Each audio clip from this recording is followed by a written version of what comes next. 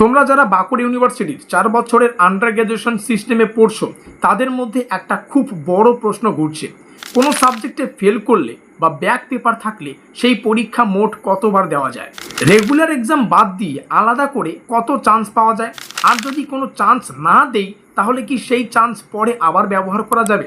আজকের এই ভিডিওটিতে আমরা একদম অফিসিয়াল রেগুলেশন অনুযায়ী পুরো বিষয়টা সহজভাবে বুঝে নেব। তো নমস্কার, আমি বাপ্পি বিশ্বাস, তোমাদের সকলকে আবারও স্বাগত জানাচ্ছি স্টাডি কেয়ার ডাব্লিউবি ইউটিউব চ্যানেলের আরও একটি গুরুত্বপূর্ণ এক্সপ্লেনেশন ভিডিওতে। প্রথমেই বলে রাখি, এই ভিডিওটা কোনো গুজব বা আন্দাজের ওপর তৈরি করা নয়।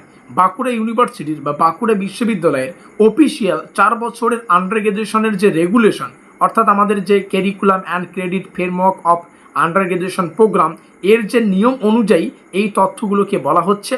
এই রেগুলেশন মূলত এনইপি ন্যাশনাল এডুকেশন পলিসি 2020 ভিত্তিক এবং 2023-24 একাডেমিক সেশন থেকে অ্যাডমিটেড ইউজি স্টুডেন্টদের জন্য প্রযোজ্য। এবার প্রথম প্রশ্ন, কোনো পেপারে পাস করতে কত মার্কস লাগবে?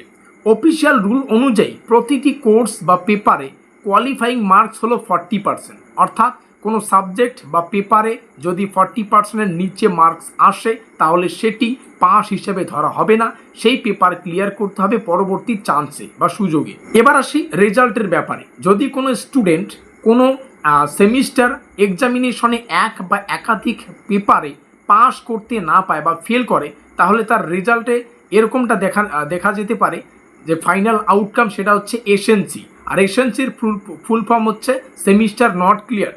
সহজভাবে বলতে পারো সেমিস্টার তখনও কিন্তু ক্লিয়ার হয়নি, কারণ এক বা একাধিক পেপারে সেই স্টুডেন্ট ফেল করেছে বা 5 নম্বরের থেকে কম স্কোর করেছে।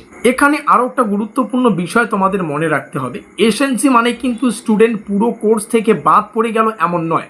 এর মানে হলো ওই স্টুডেন্ট এর এক বা একাধিক পেপার ক্লিয়ার করা হয়নি, তবে সে পরবর্তীতে সেগুলো ক্লিয়ার করার সুযোগ পাবে, তার কলেজ লাইফ শেষ হয়ে যায়নি, সে অটোমেটিক পরের সেমিস্টারে উত্তীর্ণ হতে পারবে। এবার আসল প্রশ্নে আসা যাক, ফেল করা পেপার বা ব্যাক পেপার কতবার দেওয়া যায়?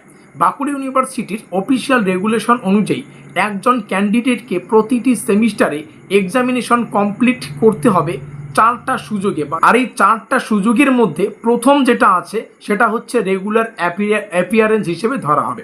তুমি প্রথম সেমিস্টারে একটা সাবজেক্টে পরীক্ষা দিলে, চলো সহজ ভাষায় বুঝে নিচ্ছি।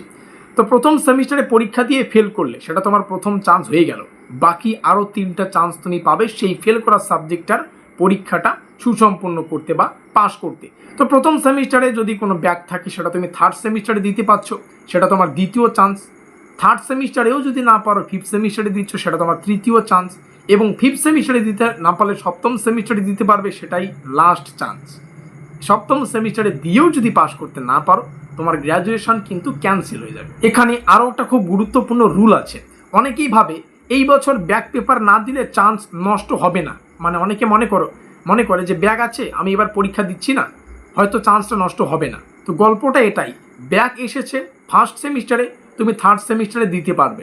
তুমি যদি থার্ড সেমিস্টারে নিজের ইচ্ছা মতো সেই ব্যাক পেপারটা দিচ্ছ না, তাহলে তোমার সেই সুযোগটা শেষ।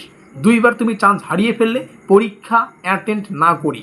এটা কিন্তু ইউনিভার্সিটির অফিসিয়াল রুলস রেগুলেশনের খাতায় লেখা আছে। তো আমি এটাই বলবো, ব্যাক থাকলেও সেই পেপারটা পরবর্তী সেমিস্টারে শেষ করার চেষ্টা করবে, যাতে করে সেই অন্ততপক্ষে পরীক্ষাটা তো অ্যাটেন্ড করতে পারো। পরীক্ষা অ্যাটেন্ড না করেই যদি চান্সটা নষ্ট হয়ে যায় বা ল্যাপস হয়ে যায়, তাহলে তো গল্পই হয়ে গেল, ছবি হয়ে যাবে।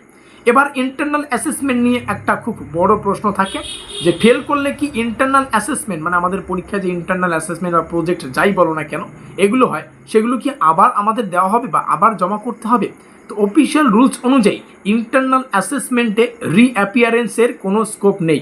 ইন্টারনাল অ্যাসেসমেন্টের মার্কস একবার যেটা দেওয়া হয়েছে সেটাই পরবর্তীতে কিন্তু যে চান্স, সেই চান্সগুলোতেও কিন্তু ক্যারি ফরওয়ার্ড হবে। অর্থাৎ ব্যাক পেপার দিলে সাধারণত এন্ড সেমিস্টার এক্সামিনেশনের অংশটাই আবার তুমি দিতে পারবে, ইন্টারনাল মার্কস আর মানে আগেরটাই থাকবে।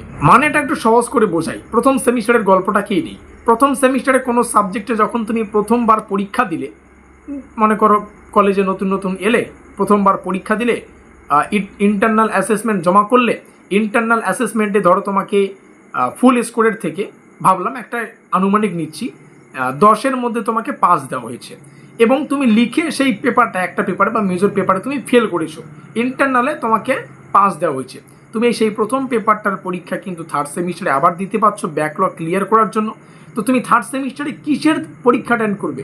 তুমি মেজরের থিওরি পেপারটার পরীক্ষা অ্যাটেন্ড করবে, আবার নতুন করে ফার্স্ট সেমিস্টারের যে ফেল করা সাবজেক্টের সেটার যে ইন্টারনাল সেটা জমা করতে হবে না। ফার্স্ট সেমিস্টারে ইন্টারনালে তোমাকে 5 নম্বর দিয়েছে, সেটাই থাকবে। তো অবশ্যই চেষ্টা করবে ইন্টারনালগুলো যথাযথ সময় সুন্দর সাজিয়ে গুছিয়ে শেয়ার করার, কারণ ইন্টারনাল অ্যাসেসমেন্টে যেটা প্রথমবার নম্বর প্রদান করা হয় সেটাই কিন্তু থেকেই যাবে, সেটার বাড়ানোর কোনো ক্ষমতা নাই। পেপার রিভিউ করলে সেটা আর বাড়বে না। এবার অনেক স্টুডেন্ট ভিডিওটা দেখে এটা বুঝতে পেরেছো যে ফেল করা থাকলেও আমরা পরবর্তী সেমিস্টারে উত্তীর্ণ হতে পারবো কি না।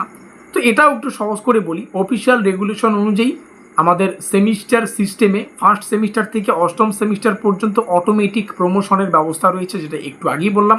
অর্থাৎ প্রিভিয়াস সেমিস্টারে মার্কস কম হলেও সেটা বা পেপার পেন্ডিং থাকলেও পরের সেমিস্টারে উত্তীর্ণ হওয়ার ক্ষেত্রে কোনো সমস্যা হবে না।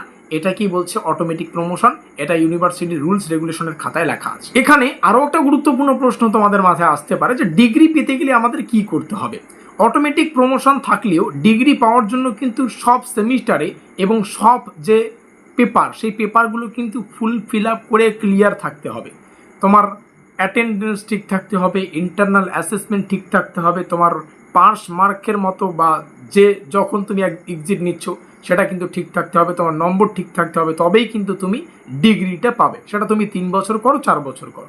এই ছিল সম্পূর্ণ তথ্য, প্রত্যেকটা বিষয় অফিসিয়াল রুলস রেগুলেশনের খাতা থেকে তোমাদের বোঝানো হলো। তো ভিডিওটা অবশ্যই এখানেই শেষ করছি। ভিডিওটা ভালো লেগে থাকলে লাইক করে দিয়ে বন্ধুদের কাছে শেয়ার করে দিও।